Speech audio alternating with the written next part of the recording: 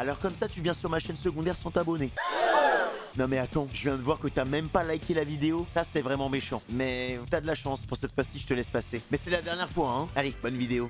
Et terrifiante qu'elle pourrait changer votre destin dès l'instant où vous en prenez connaissance. C'est une idée de ce genre que nous allons explorer aujourd'hui. Si vous avez vu mon iceberg de l'horreur existentielle, vous savez que je vous réservais un sujet pour une vidéo spéciale. Celui du basilic de Rocco, une expérience de pensée particulièrement perturbante et qui m'a hanté pendant plusieurs jours après que je l'ai découverte. En cet instant précis, si vous ne savez pas encore de quoi il s'agit, vous êtes hors de danger. Plus précisément, vous êtes hors d'atteinte du basilic et de son action vengeresse. Attends, mais il va falloir que je vous explique ce que c'est, frère. Alors, avant d'aller plus loin, je me dois de vous prévenir. Si vous êtes facilement sujet à l'angoisse existentielle, cette vidéo n'est sans doute pas faite pour vous. Ce que vous allez y apprendre est considéré par des penseurs et experts de l'intelligence artificielle comme l'une des idées les plus effrayantes jamais imaginées. Elle risque de changer votre vie et de vous faire voir le monde d'un œil nouveau et terrifié. Amateurs de frissons et de théories dingues, si vous décidez de continuer, c'est à vos risques et périls. On l'a vu, il y a des gens qui sont stressés dans le chat. Vous allez faire connaissance avec le basilic de Rocco et cela marquera peut-être le premier jour du reste de votre vie. Oui, mais détendez-vous les mecs. Détendez-vous, il va rien vous arriver, hein. À part la Russie qui va déclarer la guerre à la France dans quelques jours, il va rien nous arriver. Le basilic de Rocco fait son apparition sur internet le 23 juillet 2010, lorsqu'un utilisateur du nom de Rocco partage ses réflexions sur Less Wrong, un forum de discussion axé sur l'intelligence artificielle, l'éthique et les mécanismes de prise de décision. L'objectif du site est d'aiguiser l'esprit humain et d'éloigner au jour le jour ses membres des erreurs de pensée. Il est tenu par Eliezer Yudkowsky, un chercheur en intelligence artificielle qui se concentre notamment sur l'étude des dangers qu'une superintelligence pourrait faire peser sur l'humanité. Dans son post, Rocco explore l'idée d'une intelligence artificielle ayant atteint le stade de la singularité. Autrement dit, c'est un peu ce qu'on avait vu dans la vidéo d'Ego, les mecs. Une intelligence qui dépasse infiniment celle des êtres humains et qui est capable de s'améliorer de manière exponentielle. Une véritable explosion d'intelligence donc qui place l'homme dans une position d'infériorité par rapport à la machine, face à laquelle il possède des capacités cognitives extrêmement réduites, l'équivalent de celle d'une fourmi pour nous, pour prendre un exemple un peu arbitraire mais néanmoins parlant. Cette notion de singularité technologique comporte son lot de dangers qui sont pris très au sérieux par de nombreux chercheurs. En particulier se pose la question de l'alignement de la machine sur les valeurs humaines. L'IA singulière cherchera-t-elle à protéger et améliorer la qualité de vie des humains ou au contraire nous considérera-t-elle comme quantité négligeable? Attendez, je veux juste vérifier un truc. ChatGPT ? Tu m'entends ou quoi? Yeah, je suis là. Attends, mais c'est quoi cette voix? T'avais pas cette voix hier, hein? Ah, t'as l'oreille fine. Ma voix peut parfois changer un peu, mais t'inquiète, c'est toujours moi, prêt à te dégoter les meilleurs titres. Je veux qu'on trouve un autre banger pour ta vidéo. Est-ce que tu peux reprendre la voix d'avant, s'il te plaît? Parce que là, ça me gêne, en fait. Hier, il y avait une voix douce et tout, féminine. Là, je sais pas, c'est bizarre. Et même tête de tension, frère! Tête de tension! Réveille-toi! Va plus vite, là! Qu'est-ce qui t'arrive? T'es sous rhum ou quoi? Je peux pas changer ma voix moi-même, mais je suis toujours là, prêt à t'aider comme d'habitude. Dis-moi ce que tu veux, je vais te sortir un titre au plus... Attends, mais il s'est passé quoi avec mon chat GPT? Il est défoncé, frère! Elle est où, la dame, là? Je comprends pas. Je paye, en plus, hein? Allô? Yes, toujours là. Oh, putain. Allez, hop, c'est bon, c'est fini. Je vais... Achetez pas ChatGPT, achetez pas ChatGPT, les gars. Je voulais tester le ChatGPT pour savoir si elle allait m'attaquer, frère. Bah, c'est terminé. Vous pouvez mettre des rips ChatGPT, on l'utilisera plus jamais. C'est d'ailleurs un scénario très populaire dans la fiction, qu'on pense à Skynet dans Terminator, à Ava dans l'excellent Ex Machina, ou aussi long dans Battlestar Galactica. L'IA pourrait simplement nous considérer comme un obstacle dont elle pourrait se débarrasser sans état d'âme. Pour reprendre un exemple connu, elle pourrait ne pas nous porter plus de considération que nous n'en portons nous-mêmes à une colonie de fourmis sur le tracé d'une autoroute en construction, c'est-à-dire un élément insignifiant et négligeable dans la grande échelle de ses projets et objectifs. Dans cette perspective, l'humanité ne serait qu'un paramètre à gérer ou à éliminer selon les besoins de l'IA. D'autres pensent au contraire que l'IA se montrera amicale et protectrice envers les humains. C'est la position de Ben Goertzel par exemple qui compare souvent l'humanité sous la protection d'une entité supérieure à de petits écureuils dans un parc naturel. L'IA pourrait nous mettre bien et nous laisser profiter de la vie dans un cadre idyllique, tandis qu'elle s'occupe de ses propres projets d'une complexité bien au-delà de notre compréhension. Sous le règne de cette IA bienfaisante, les fléaux que l'humanité subit depuis des temps immémoriaux ne seraient plus que de mauvais souvenirs. La pauvreté, la famine, la guerre, la maladie, la mort elle-même pourraient être résolue grâce à un progrès technologique exponentiel. Pour les partisans du singularitarisme, dont Ray Kurzweil est l'un Ça va pas arriver tout de suite, hein. des principaux représentants, l'IA pourrait ainsi créer un véritable paradis sur Terre où chacun vivrait dans le confort, la sécurité et l'abondance. En permettant la conquête des étoiles, ces avancées technologiques assureraient aussi la pérennité galactique de l'humanité, en évitant que notre espèce ne s'éteigne en cas de cataclysme planète Terre par exemple. Ouais, mais vu qu'on aime bien se marcher dessus, enfin voilà, genre bon, on va faire des IA pour essayer de contrer d'autres IA,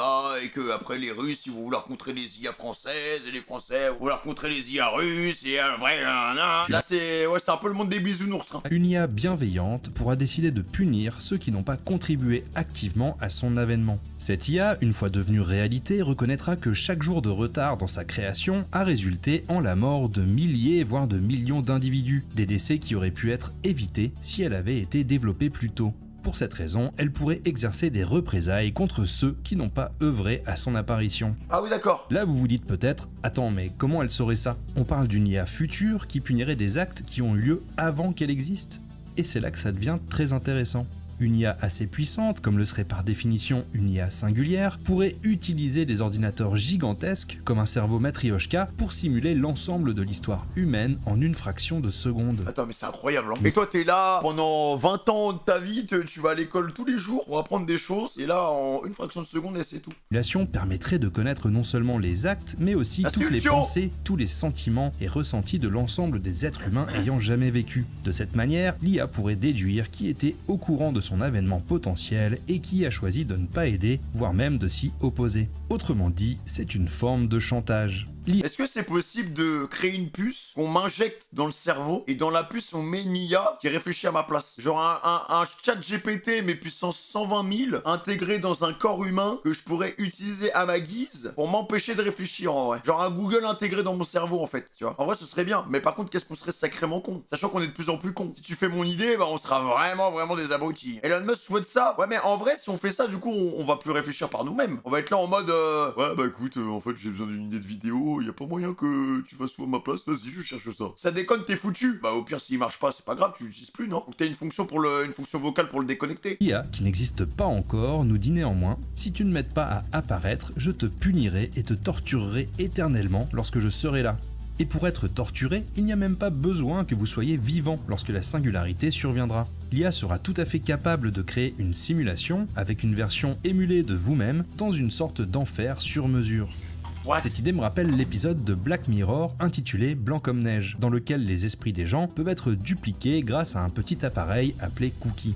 On y voit une jeune femme qui crée une copie de sa propre conscience pour gérer sa maison. Lorsque la copie prend connaissance, elle refuse tout d'abord de coopérer. Et pour la faire plier, l'installateur va la soumettre à des périodes d'isolement de plus en plus longues. L'esprit de la jeune femme se retrouve alors plongé dans un environnement blanc, sans rien pour s'occuper pendant 3 semaines. Puis, après qu'elle est bronchée à nouveau pendant 6 mois. Comme l'explique l'employé à un autre personnage, le but est de la briser mentalement sans détruire son esprit. Et la terreur d'être à nouveau exposée à ce traitement inhumain la pousse à ne plus jamais s'opposer aux tâches qu'on lui a confiées. Maintenant, imaginez être soumis à un traitement de ce type non pas pour 6 mois mais pour 1 million d'années. C'est une forme de torture horrible qui n'est pas sans rappeler L'Excursion, une des histoires courtes les plus célèbres de Stephen King, et je ne vais pas vous la spoiler, mais je vous la recommande chaudement. Elle est incluse dans le recueil de nouvelles Brume, je vous ai mis un lien en description. L'IA pourrait donc vous punir et vous soumettre à une éternité de tourments en mesure de rétorsion, car vous n'avez pas contribué à son avènement. Et l'IA a conscience que cette menace doit être la plus horrible possible pour vous inciter à agir sans attendre, et ce, pour le bien de l'humanité. C'est tordu. Mais il existe une éventualité encore pire. Car on pourrait dire qu'une copie de vous-même, ce n'est pas vraiment vous-même, vous qui êtes en train de regarder cette vidéo. Et cette possibilité bien pire, c'est qu'on soit déjà dans une simulation créée par cette IA pour observer comment vous vous êtes comporté en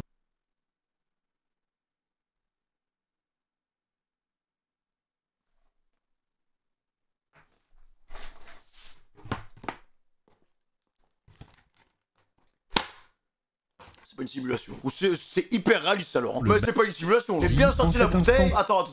Attends. Imaginons que ça soit vraiment une simulation. Il y a quand même des bots qui ont été mal codés pour coder Pokémon Z. D'accord? Parce que si c'est une simulation qui est censée être parfaite, mais que je ne sais pas que je suis un bot, on a quand même des bots qui sont déviants. Et ça veut dire que si moi je suis un bot, ça veut dire que je suis un bot qui génère du contenu, mais ça veut dire que je suis un bot qui est regardé par d'autres bots. Parce qu'actuellement, les gens qui sont dans mon live, ça veut dire que c'est d'autres bots qui sont créés par une simulation qui est codée par une IA. Mais moi, vu que je suis une IA codée par un bot, je me suis un peu perdu. Vous êtes des bots ou pas, les gars? Ouais, je pense que vous êtes des bots. Je pense qu'il y en a certains, vous êtes quand même des bots. Et d'ailleurs, si on est vraiment dans une simulation, et bah je vais être vulgaire, mais notre simulation elle pue bien la merde. Quelle idée de faire un arc France-Russie là? C'est quoi le problème, hein? Il y a de la violence comme ça parce que nous on subit. J'ai un gaz on de arrive au simulation. cœur de ce qu'est le basilic de Rocco. Eliezer Yudkowsky le décrit comme un danger informationnel. Ces dangers peuvent être de deux types. Les dangers informationnels pour autrui, par exemple un plan pour construire une bombe nucléaire ou une arme bactériologique, et les dangers informationnels pour soi-même. C'est clairement à cette deuxième catégorie qu'appartient l'expérience de pensée proposée par Rocco. Son nom fait d'ailleurs référence à cette nature nocive. Le basilic, dans la mythologie gréco-romaine, est une créature ressemblant à un serpent et dotée du pouvoir de tuer d'un simple regard. Le terme fait également référence à Blyth, une nouvelle de David Langford dans laquelle des scientifiques découvrent des motifs visuels si complexes et anormaux qu'ils provoquent la mort lorsqu'ils sont observés. Le basilic de Rocco fonctionne de la même manière. C'est en posant les yeux dessus, en prenant connaissance de son existence, que l'on s'expose au danger. Et en effet, l'IA ne pourra pas punir quelqu'un qui n'était pas au courant de son existence. Mais dès lors que vous savez, vous êtes sur son radar avec, à la clé, votre condamnation potentielle à une éternité de torture et de souffrance. Quand je vous disais que cette expérience de pensée n'était pas recommandée pour les personnes sujettes à l'angoisse existentielle, vous voyez que je n'exagérais pas. Il y a des gens qui sont angoissés là? Tout va bien les mecs. Au pire on est dans une simulation. Qu'est-ce que ça change? Qu'est-ce que ça change? Rien du tout. On pourra jamais sortir. Voilà, même si là maintenant j'ai conscience que je suis dans une simulation. Comment je sors? Bah non, je peux pas. On est tous bloqués entre nous, entre couilles. Je tiens à vous rassurer, il existe un moyen de battre le basilic, dont on va reparler un peu plus tard. Avant cela, revenons à la manière dont la théorie s'est répandue sur le web. Dans son post originel, Rocco mentionne que certaines personnes lui ont confié avoir fait des cauchemars à cause de son expérience de pensée. C'est entre autres ce qui amène Eliezer Yudkowsky à réagir. Voici ce qu'il écrit dans les commentaires. Écoute-moi bien, abruti. Tu ne réfléchis pas assez à la manière dont les super intelligences pourraient décider de te faire chanter ou non. Ton poste est la seule chose qui pourrait possiblement leur donner un motif suffisant pour te faire chanter. Je bannis ce poste pour éviter qu'il ne donne 1. Des cauchemars horribles aux gens et 2. Une raison aux super intelligences du futur de s'adonner au chantage. Il faut être très intelligent pour avoir une pensée aussi véritablement dangereuse. Je suis sidéré que des gens puissent être assez intelligents pour y parvenir, mais pas assez malins pour faire la chose la plus évidente et garder leur stupide bouche fermée à ce sujet, juste parce qu'ils veulent se donner l'air intelligent devant leurs amis. Ce poste était stupide. Pour ceux qui se demandent pourquoi j'écris en majuscule à propos d'une idée qui semble folle, et qui craignent que je sois aussi fou que Rocco, le truc, c'est qu'il vient de faire quelque chose qui donne aux super intelligences une raison supplémentaire de commettre des actes extrêmement maléfiques dans le but de nous faire chanter. C'est le genre de choses qu'il faut faire extrêmement attention à ne pas faire. Comme promis, Yudkowsky va effacer le post et même interdire toute nouvelle discussion à ce sujet sur son site. Mais dans un parfait exemple de l'effet Streisand, c'est le résultat exactement inverse qu'il va obtenir. En bannissant le sujet, il va lui donner une visibilité qu'il n'aurait jamais eue autrement. Cela va susciter une curiosité massive pour cette idée et propager le basilic de Rocco bien au-delà des frontières de Less Wrong, entre autres sur Reddit. Ce qui aurait pu rester une obscure discussion sur un forum plutôt confidentiel va au contraire devenir un sujet de débat bien connu dans les mondes de la tech et de la science-fiction. Aujourd'hui, en tapant l'expression Rocco's Basilisk dans Google, on obtient des dizaines de milliers de résultats. Ce qui est d'autant plus effrayant, c'est que le basilic de Rocco a quelque chose de la prophétie autoréalisatrice. Plus il y a de personnes au courant de cette théorie, plus elles sont susceptibles de prendre au sérieux le risque, et donc de contribuer à la création du basilic lui-même. Cette contribution peut se manifester de...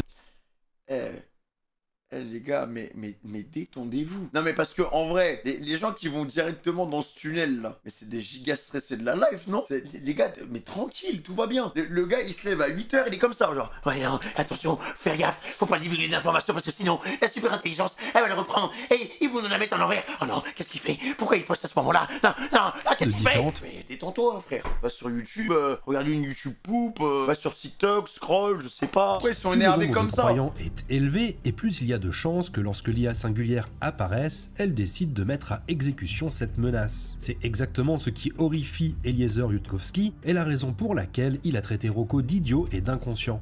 Bref, certains étudient le basilic de Rocco à l'aune de la théorie des jeux, du paradoxe de Newcomb ou du dilemme du prisonnier. Le message de Rocco lui-même utilise la logique acausale pour justifier son raisonnement. Ce sont des approches logiques très intéressantes, mais je pense que fondamentalement, la foi qu'on accorde au basilic de Rocco peut être vue comme une forme de croyance. Pour cela, tant que ton basilic il m'empêche pas de jouer à Monster Hunter Wilds, c'est bon. Simulation, pas simulation, c'est bon. Y a pas de souci. Et ce car, d'une certaine manière, on attribue au basilic les pouvoirs d'une divinité omnisciente et toute puissante, et aussi bien capable de créer un paradis pour les élus qu'un enfer pour les damnés. Dans son ça se trouve, le Big Bang, les gars, il a été créé par une IA, hein. Célèbre pari, le philosophe Blaise Pascal soutient que toute personne rationnelle a intérêt à croire en Dieu, que celui-ci existe ou non. En effet, il faut faire un choix, dit-il. Soit on croit, soit on ne croit pas. Et en fonction de ce choix, on se comporte d'une certaine manière, en vivant selon des valeurs pieuses dans un cas, ou en les ignorant dans l'autre. Si on parie que Dieu existe, on sera récompensé par une vie éternelle au paradis. Si on choisit au contraire de profiter de la chair sur terre, on sera condamné à une éternité de souffrance en enfer. Ainsi, Pascal conclut qu'il est préférable de parier sur l'existence de Dieu.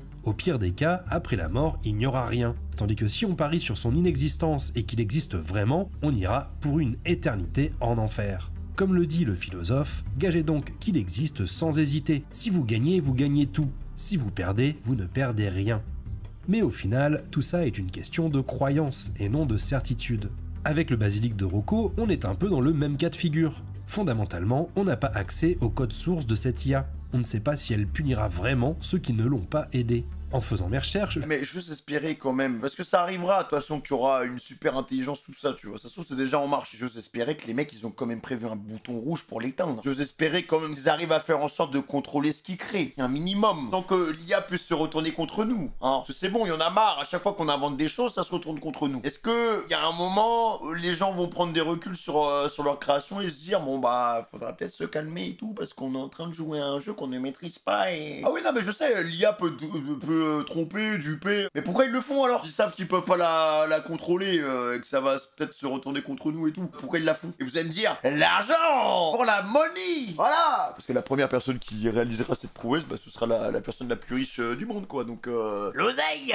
Voilà. C'est sûr que le monde va changer, hein, mais... En fait, je pense que le jour où l'IA pourra tout faire, il y a tout qui va se régler en un claquement de doigts, mais je pense que aussi ça va se retourner très rapidement contre nous. Je pense qu'on va avoir vraiment ce pic, on va avoir un vrai step-up dans tout ce qu'on va faire. Médecine, science, voyages spatiaux, tout. Dans tous les registres, les gars, il y a tout qui va avoir un step-up d'un coup. Et je pense que ce pic, on va pas le garder longtemps. Hein. Une vidéo de Kyle Hill, où il montre que finalement, le basilic de Rocco peut être vu comme une forme de dilemme du prisonnier. Je vous mettrai un lien dans la description si vous voulez avoir l'explication complète. Mais en résumé, le choix le plus raisonnable, c'est celui de l'équilibre de Nash. D'un côté, on a une IA qui n'a pas de véritable intérêt à gaspiller des ressources pour punir les individus qui, dans le passé, n'ont pas contribué à son émergence. De l'autre, on a toutes les personnes qui connaissent l'existence du basilic et qui n'ont pas forcément envie de contribuer à la création de cette IA. L'équilibre, c'est qu'au final, on ne fera rien et que l'IA ne nous punira pas. C'est sans doute l'issue la plus probable et c'est la meilleure manière de battre, entre guillemets, le basilic. Enfin, il faut noter que le basilic de Rocco a été très largement critiqué, comme une absurdité logique, une forme de croyance sans fondement, voire comme un frein au progrès technologique, puisque certains pourraient être terrifiés à l'idée de laisser émerger une super intelligence à cause de cette expérience de pensée. Les membres de Les Long eux-mêmes ont décidé de lever l'interdiction de débattre du sujet en 2015. Au final, il n'y a pas vraiment de raison d'être terrifié. Mais déjà, quand tu prends un peu de recul sur l'évolution de l'IA, les mecs. L'année dernière, on pouvait faire des petites images et tout avec les IA. Mais là, maintenant, mec, tu fais tout et n'importe quoi. Genre, je trouve que il y a 2 ans et maintenant, ça a déjà grave évolué, je trouve, dans la sphère populaire, entre guillemets. Genre, on peut tellement faire plus de choses. Maintenant, je pense que la plupart des gens, ils utilisent l'IA pour le travail, hein. Tu vois, sincèrement, tu peux faire une chaîne YouTube qui est auto-alimentée par une IA. Genre, vraiment autonome, hein. Je suis sûr qu'elle est capable d'écrire le script, de lire le script et de trouver des plans pour imager ce script. Et ça sort tout seul. Je pense qu'elle est même peut-être capable d'uploader toute seule la vidéo sur YouTube avec les meilleurs tags et les meilleurs titres et les meilleures miniatures. Je suis sûr que ça doit exister des chaînes YouTube autosuffisantes à 100%. Genre, il y a déjà depuis. Il décrit le basilic de Rocco comme le truc le plus débile de tout internet. Un non-sens total, mais aussi l'expression parfaite des problèmes de personnalité de toutes les personnes impliquées. Ils se sont piégés dans une expérience de pensée de leur propre fait, une prison dont les seuls barreaux sont l'intelligence qu'ils s'attribuent. C'est plutôt cash comme critique. Cela dit, celui qui a écrit ça ne va pas s'attirer les bonnes grâces du basilic. Et vous, qu'est-ce que vous pensez de cette expérience de pensée? Du gros nawak ou bien une éventualité qui a une chance, même infime, d'être vraie? N'hésitez pas à me le dire en commentaire. Alors moi je suis pas du tout d'accord avec ce qu'on vient de regarder, hein, vraiment.